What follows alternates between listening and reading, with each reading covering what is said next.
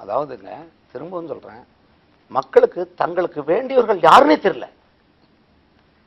யாரு நம்ம மேல அக்கறை கொள்றான், உண்மையான கோபத்தோட இருக்கான், உண்மையிலே நமக்காகவே வாழ்க்கை ஒப்படைச்சிட்டான் யாருன்றது மக்களுக்கு தெரியவே இல்லை. இப்படி ஒரு தமிழ்நாட்டில் இருக்க 7 கோடி மக்களையும் முட்டாள்களை எப்படி சொல்ல முடியும்?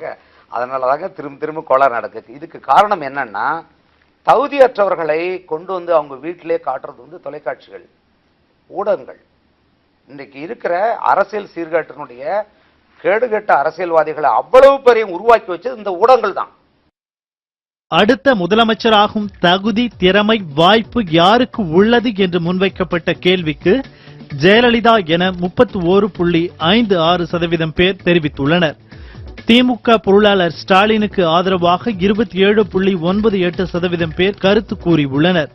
திமுக தலைவர் கருணாநிதி எவ்வளவு தகுதியுடையவர்கள் காணாமலே போயிட்டாங்க. ஊடகங்கள் வருவதற்கு முன்பாக இருந்தவர்கள் எல்லாம் தகுதியுடையவர்கள். ஊடகங்களுக்கு தமிழ்நாட்டில் ஊடகங்கள் வருவதற்கு முன்னால் வந்த அரசியல் கட்சிகள் எல்லாம் அரசியல்வாதிகள் தகுதியுடையவர்களா? திடீர்னு வரல, காலங்காலமா தான் வந்துகிட்டு இருக்கு. தமிழ்நாட்டில் தனியார் தொலைக்காட்சி என்று வந்தது சொல்லுங்க. அண்மை காலமாகத்தான் இது வந்து மிகப்பெரிய சீர்கேட்டில் வந்திருக்கு. என்னன்னா, ஒவ்வொரு கட்சிகளும் ஒரு தொலைக்காட்சி, ஒவ்வொரு கட்சிகளும் ஒரு நாளேடு, அப்புறம் ஒவ்வொரு நாளேடும் ஒரு கட்சிக்கு பின்னாடி ஓடுறது. இந்த போக்க தான் நான் சொல்றேன். எவனும் கருத்தை கணிக்கிறது இல்ல, திணிக்கிறதா. கருத்துனா எல்லா தொலைக்காட்சியும் ஒரே மாதிரி சொல்லணும், எல்லா அச்சு ஊடகமும் ஒரே மாதிரி எழுதணும். ஒருத்தன் திமுகங்கிறான், இன்னொருத்தன் அதிமுகங்கிறான். அதுல இருந்து அவன் ஆள் யாரு இவன் ஆள் யாருன்னு நமக்கு தெரியுது. ஊடகங்கள் தனி முதலாளிகளோடது. இந்த அரசியல் கட்சிகள் கார்பரேட் கன்சர்னாக மாற்றி நிறுத்தப்பட்டிருக்குது, நிறுவனமயமாக்கப்பட்டுருச்சு. எல்லா முதலாளியும் லாபத்தை வைத்தா வேலை செய்யறான். எவனுக்கு நேர்மையும் உண்மையும் இல்லை. இருந்திருந்தா நாம செய்யற பணியை நேர்மையோடு எந்த பத்திரிகையாவது இத்தனாயிரக்கணக்கான வெறும் இளைஞர்கள் ஒரு உயர்ந்த நோக்கத்திற்காக தெரு தெருவாக நடந்து போய் ஓட்டுக்கு ₹1 கொடுக்காம வாக்கு கேட்கிறார்கள் என்று ஒரு இடத்துல கூட பதிச்சு. எல்லாம் ஊழலை ஒழிக்கணுங்கிறான், லஞ்சத்தை ஒழிக்கணுங்கிறான், ஓட்டுக்கு காசு கொடுக்குறாங்களேங்கிறான். கொடுக்கிறவனை ஒழிச்சு கொடுக்காதவனை மேல தூக்கணும்ல, அதுக்கு வேலை செய்யறது இல்ல. அதனால அந்த நேர்மையை நீ அவங்க கிட்ட எதிர்பார்க்காத. உனைய ஊடகம் காட்டாது, நீயே ஊடகமா மாறிக்க, வேற வழி கிடையாது. அப்ப நீங்க ஒரு பத்திரிகை இல்லாமல், ஒரு தொலைக்காட்சி இல்லாமல் எதையுமே இங்க செய்ய முடியாது. இது முடியுமா? சாதாரணமாக ஒண்ணுமே இல்லாத வர்றவன் எப்படி போய் சொல்லுவான் தன்னுடைய தகுதியை, தன்னுடைய கொள்கைகளை எதன் மூலமாக சொல்லுவான் மக்களிடத்துல? எப்படி சொல்ல முடியும்? இன்னொரு கட்சிக்காரங்க தொலைக்காட்சி தான் போய் உட்காந்து கெஞ்சணும். அது வாய்ப்பு இருக்கா? முடியுமா? தமிழ்நாட்டில் இப்ப எந்த அரசியல் கட்சிக்கு தொலைக்காட்சி இல்லைங்கிறீங்க? அது தாங்க சொல்ல வர்றேன் தானே. இதையே முதல்ல இப்ப அமெரிக்கா போன்ற நாடுகள்ல, ஐரோப்பிய நாடுகள்ல நீங்க வந்து ஒரு கட்சி வச்சிருக்கிறவங்க தொலைக்காட்சிலாம் தொடங்க முடியாது. அது தெரியுமில்ல உங்களுக்கு? ஊடக அரசியலை என்னுடைய கேள்வி, அமெரிக்கா முழுக்க அத்தனை ஊடகங்களும் ஒரு சேர ஒலித்த குரல் ஹிலாரி கிளின்டன் வெற்றி பெறுவார் அப்படின்னு. அவங்க வெற்றி பெறணும்னு ஊடகங்கள் எழுதுன. ஆனா மக்கள் முடிவு என்ன? நீங்க ஊடகங்களால தான் இந்த அரசியல் மாற்றம் இப்படி போய் கொண்டிருக்கிறதுங்கிற குற்றச்சாட்டு எந்த வகையில சரியான ஒன்றாக? ரொம்ப சரியா தான் நான் சொல்றேன். ஏன்னா நான் பேர் குறிப்பிட்டு சொல்லக்கூடாது. நீங்கெல்லாம் உருவாக்கணவங்க தான் இன்னைக்கு அத அப்படிப்பட்ட தலைவர்கள்லாம் நம்ம கிட்ட இருக்காங்க.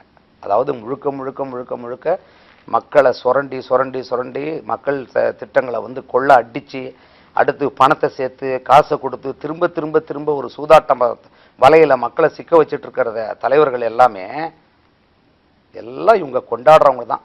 ஜெயலலிதாவின் அரசியல் வாரிசாக யாரை கருதுகிறீர்கள் என்ற கேள்விக்கு தீபாவுக்கு 17.35% பேர் ஆதரவு தெரிவித்தனர்.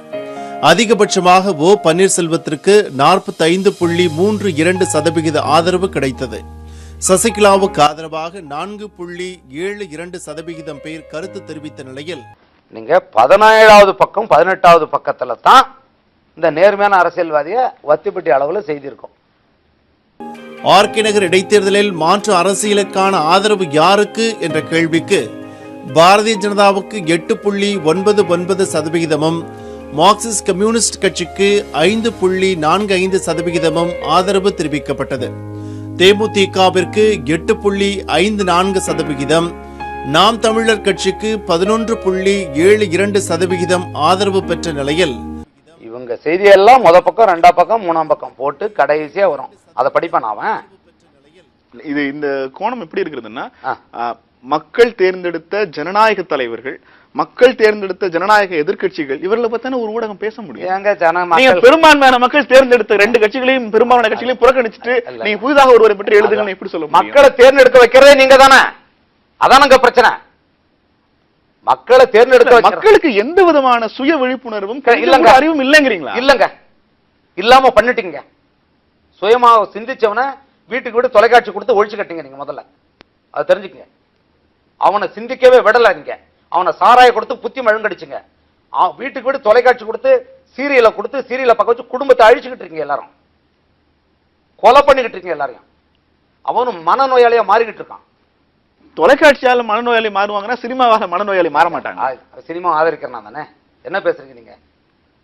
சினிமாவை ஆதரிக்க ஒரு கலையினுடைய 2 பக்கத்துல ஏதேனும் ஒன்றை மட்டும் பிடித்துக் கொண்டு அதன் காரணமாக தான் சமூகம் கெட்டு போச்சுங்கிறதுக்கு எப்படி சார் உதாரணம் சொல்ல முடியும்? கெட்டு போவதற்கு நம்முடைய தொலைக்காட்சிகள் முக்கியமான காரணம், நம்முடைய சினிமாக்களும் காரணங்க, எல்லாரும் அரசியல்வாதிகளும் காரணங்க. நான் ஒட்டுமொத்தத்துல சொல்றது, நம்ம எல்லாருக்குமே ஒரு பொறுப்பு இருக்கணுங்க. எல்லாருக்குமே ஒரு சமூக பொறுப்போட இயங்கணும்னா எல்லாமே சரியாயிடும். இந்த மக்களுக்கு ஒரு விழிப்புணர்ச்சி கொடுத்து அதை வழிநடத்தி இந்த கொண்டு போறதுக்கான தலைவர்கள் தான் இப்ப தேவை. தமிழ்நாட்டில் 2 திராவிட கட்சிகளினுடைய தலைமையும் தற்போது ஆக்டிவாக, அதிமுகவில் ஜெயலலிதா உயிரோடு இல்லை, திமுகவில் கருணாநிதி செயலற்று போயிருக்கிறார். இந்த ஒரு அரசியல் வெற்றிடம் ஒன்று உருவாகி இருப்பதாக கருதுகிறீர்களா? அப்படி ஒருவேளை உருவாகி இருந்தால் அதை எது அல்லது யார் நிரப்பக்கூடும்? அன்புமணிக்கு இருக்கு, சீமானுக்கு அது இருக்கு. நான் இப்ப இருக்கிறதுல மற்றபடி வேற யாருக்கும் இருக்கிற மாதிரி தெரியல. தமிழ்நாட்டில் பாஜக